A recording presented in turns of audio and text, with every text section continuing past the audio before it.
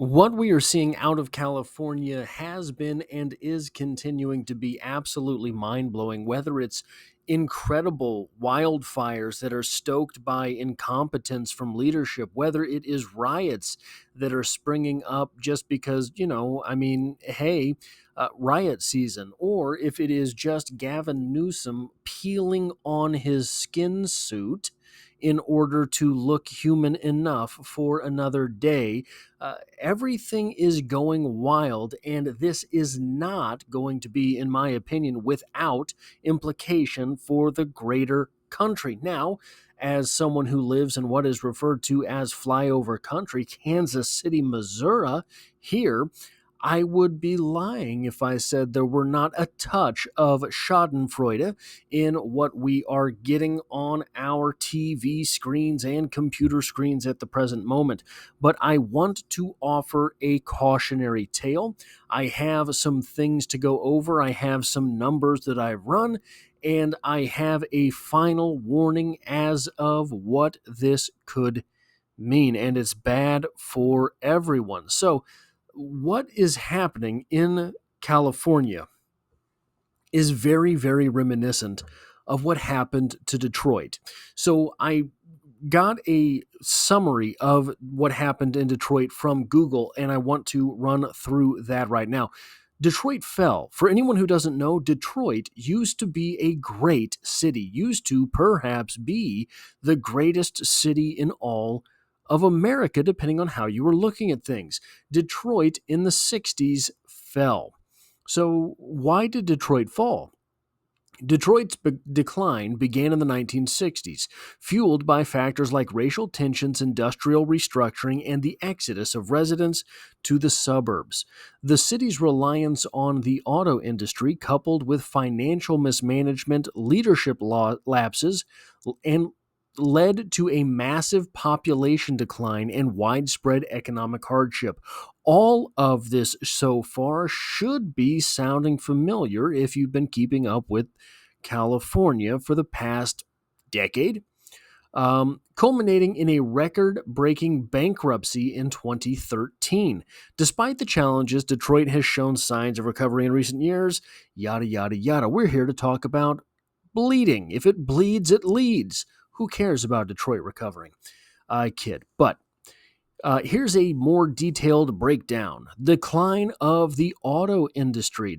Detroit's economy was heavily dependent on the auto industry, particularly the big three automakers, GM, Ford, and Chrysler. As the industry faced challenges like foreign competition and economic downturns, factories began to move to other states. And, by the way, to other countries so that those jobs were no longer held by the citizens of the country that held up those companies.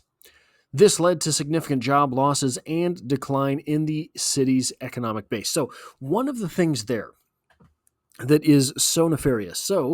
GM, we'll just throw GM out there. GM closes a plant. Now, not only are all of those people unemployed, but they don't have the money to spend at the McDonald's on the way home. They don't have to buy those new boots in order to get through their shift once a year. So they are not spending money at local businesses, not spending money at local corporations, not spending money in general. Maybe the local lady bar doesn't get as many tips from the late night shift at GM, right? All of these things stop the velocity of money, something we're going to get back to in a moment. So the actual dollar impact of a person losing their job, and these were thousands of people losing their jobs, is not fully represented by the cold hard number of one person's salary. That person pays for other people in turn. Population exodus. The decline of the auto industry and the rise of suburbanization led to a dramatic population decline. People moved to the suburbs in search of. So all of the how many companies are leaving California right now? How many factories? That there were few factories in California, but they were there. How many different places are closing up in California right now? Maybe not as great big uni employers as GM, Ford, and Chrysler, but tons of stuff. You can go on the internet today and see entire runs of what used to be storefronts that are now shuttered because there was no point in keeping them open when everything was just being stolen. Population exodus from Detroit. The decline in the auto industry and the rise of suburbanization led to a dramatic population decline. People moved to the suburbs in search of larger homes, better schools, and perceived safer environment. Well, that'd be right out of California, wouldn't it? Leaving the city with a shrinking tax base and a growing burden on public services. What does this mean? Well, whether you have 300 people in your city or 300,000 people in your city, once you have a water treatment plant established, it costs, again, whether you have 300 people or 300,000 people, roughly the same amount to keep that going. This is what happened in Detroit with all of those rusted out pipes. Flint, Michigan, right? You've heard about the Flint, Michigan stuff with all of the water that was basically, I don't know, flammable or tetanus or whatever it was. It was because the water company did not have the income to keep up the maintenance that it needed to have in order to provide an actual service. So they would keep going, but they couldn't replace anything. They would keep going, but they couldn't service anything. This is how the uh, public services in a population loss are destroyed, just destroyed, because you cannot keep the same thing running on a smaller tax basin. So you lose all of these people. All of a sudden, your water treatment plant can't function right. Your power generation can't go right. All of a sudden you have brownouts and dirty water. All of a sudden that leads to more people leaving the city. All of a sudden that leads to less tax income. All of these things they spiral. These things spiral. Racial tension and riots. The 1967 Detroit riot, a period of widespread unrest and violence, further exacerbated racial tensions and contributed to the exodus of white residents. This further divided the city and created social and economic disparities. What are we seeing in California right now if they are not racial tensions and riots? I don't know what else anyone would call them. Financial mismanagement and bankruptcy. Mismanagement. This is a beautiful word when you want to talk about California, isn't it? Detroit's government struggled to manage its finances amidst the declining population and shrinking tax base. Years of mismanagement and unsustainable debt led to the city's declaration of bankruptcy in 2013, the largest municipal bankruptcy in U.S. history.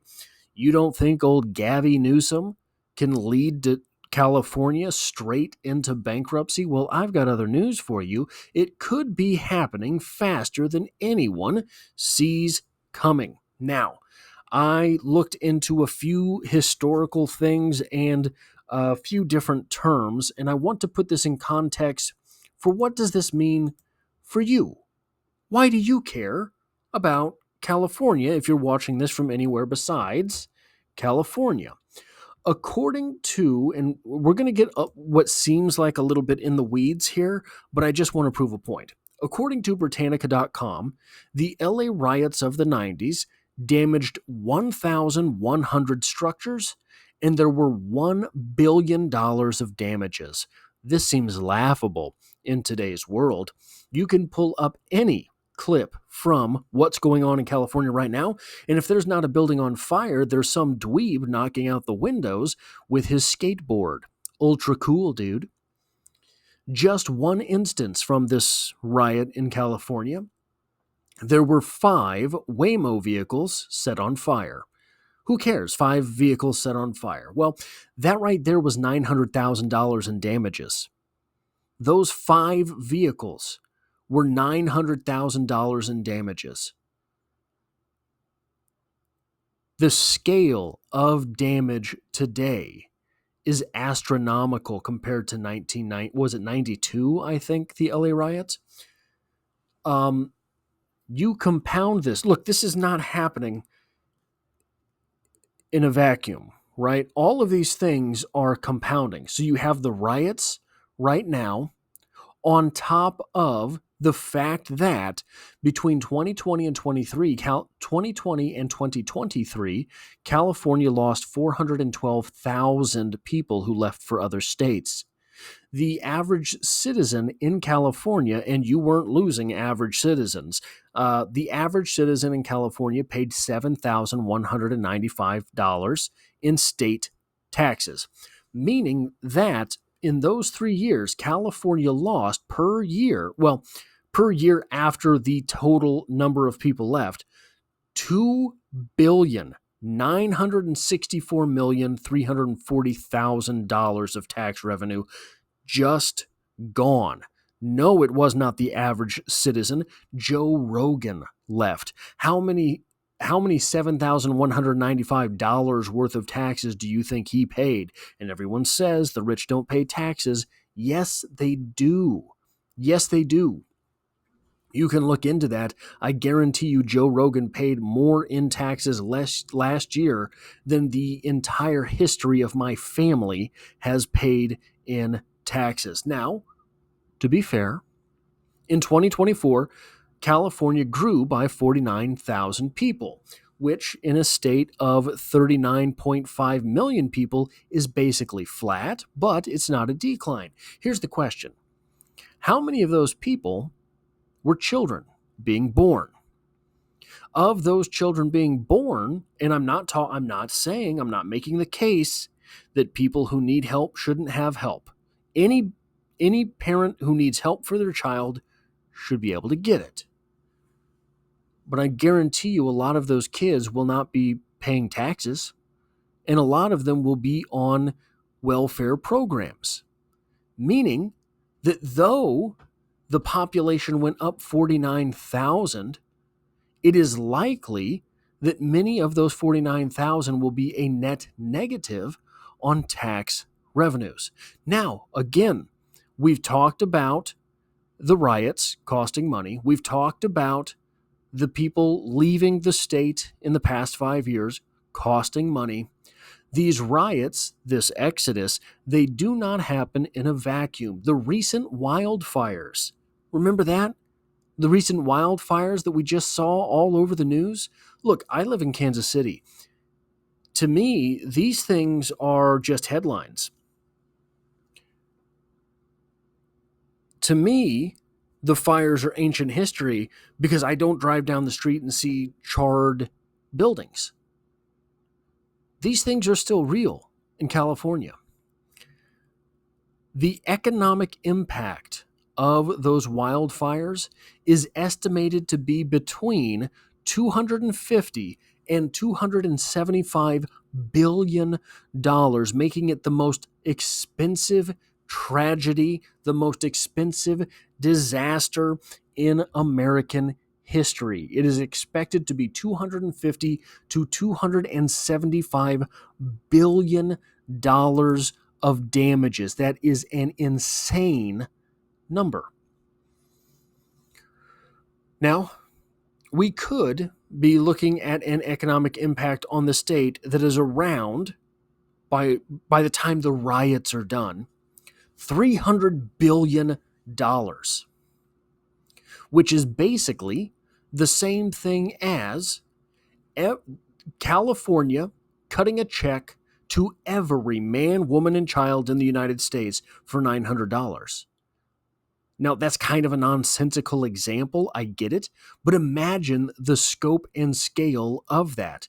There's no other real way to contextualize $300 billion other than California, old Gavin Newsom himself, peeled the human face on today and wrote you a check for $900. Everyone. But, like we talked about with Detroit, this gets even a touch worse than the raw numbers suggest. What is the velocity of money? The velocity of money is an economic concept that measures how frequently a unit of currency is used to purchase goods and services within a given time period. In simpler terms, it tells you how fast the money is moving through the economy.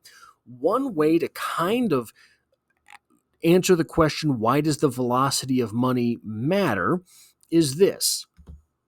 Here's a dollar, right? When I get it paid to me, the government takes 25%, 30%. Okay, I've got 70 cents now. So I go buy a haircut. It costs me $10 because I'm a cheap bastard and I don't ask for anything fancy. So I pay $10, but the government takes another percentage of that. But I also tip the person who cut my hair. Now she has money. Now the business where I got my hair cut, has money. Every dollar you spend fractionalizes. And eventually, all of that money ends up in Jeff Bezos' pocket. But along the way, you are facilitating a person who has a job, you're facilitating a business, you're facilitating a person, the way that you got there. So you have to pay your car insurance, you have to pay for gas, you have to replace your tires, you got to get a oil change, all of these different things. The velocity of money is basically saying how liquid is money in your economy. Money has to be in your economy. Money supply on the bottom there. It has to be in your economy to be liquid in the first place. The California GDP per capita is $104,916. If you multiply that number by the amount of the number of Californians who left California and are now Texans and Floridians, etc., the California economy is going to see the indirect impact, the indirect hit of $43,225,392,000. But why does this matter for you? So that $43 billion just kind of not happening in the economy, just sort of not happening someplace else. Why does this matter for you, assuming that you do not live in California? You probably have the same car or home insurance provider as someone in California, and your rates just went up. Congratulations, you're being hit with a California tax because everyone in California likes to set things on fire just about every 6 months. You probably consume a product from California. Maybe it is a tomato. Maybe it is something that you put in your hair. They are just bending Gavin Newsom over and squeezing hair gel out of him. So if you wear hair gel, probably it came from Gavin Newsom's rectum. Hello, supply chain issues. Maybe the road's on fire. Maybe the forest is on fire. Maybe the building where they produce your wonderful hair gel is on fire. These things will happen. There will be disruptions, and that is going to cause money velocity problems elsewhere in the country. But here's the big one. Here's the big worrisome one. Here's the one that should scare everyone. All of the estimates that I can find suggest that at Detroit's peak, where they were their strongest and most powerful and most influential, Detroit accounted for about 3% of domestic GDP. 3% in one city is an incredible number, but that was a city, not a state. The big riots in Detroit were in 1967. They say that's kind of when everything started well, not when everything started, but the climax of everything in Detroit was the riots. If you listen to Eric Weinstein and Peter Thiel, who I enjoy and I find very interesting, they're always talking about the stagnation of American culture, the stagnation of American innovation, the stagnation of American business, the stagnation of American classrooms. And they always, always, always cite that stagnation starting in the late 60s or early 70s. Perhaps there is no correlation. Perhaps there is just the fact that Detroit fell and everything stagnated around the same time. Maybe, or maybe it was the velocity of money, the velocity of culture, the velocity of business, all coming down where they were centralized. And now, all of a sudden, there are all of these problems with velocity hitting the problem with velocity of something else. So, the velocity of culture hitting the problem with velocity of money, all of a sudden, you don't have new musical acts. The velocity of innovation hitting the velocity of money, all of a sudden, you have 3 or 4 Steve Jobs that could never find their own job. And they frazzle out and don't create the products that they would have otherwise created. That can happen because one city falls. One city that is 3% of domestic GDP. California is responsible for about 14.2% of American GDP today. If Detroit falling could ding the culture the way that it has, 50 years of relative stagnation if you listen to Eric Weinstein and Peter Thiel, what could the fall of California hail? This is a problem for everyone, and it is because of the Gavin Newsoms of the world being absolutely dullards, being so convinced that their YouTube channel is going to bring them to stardom that they are neglecting the state they're supposed to run. That is all I have for this video. If you like or appreciate what it is that I do here, hitting the like button really does help me out. And as always, I hope to have you back for the next one.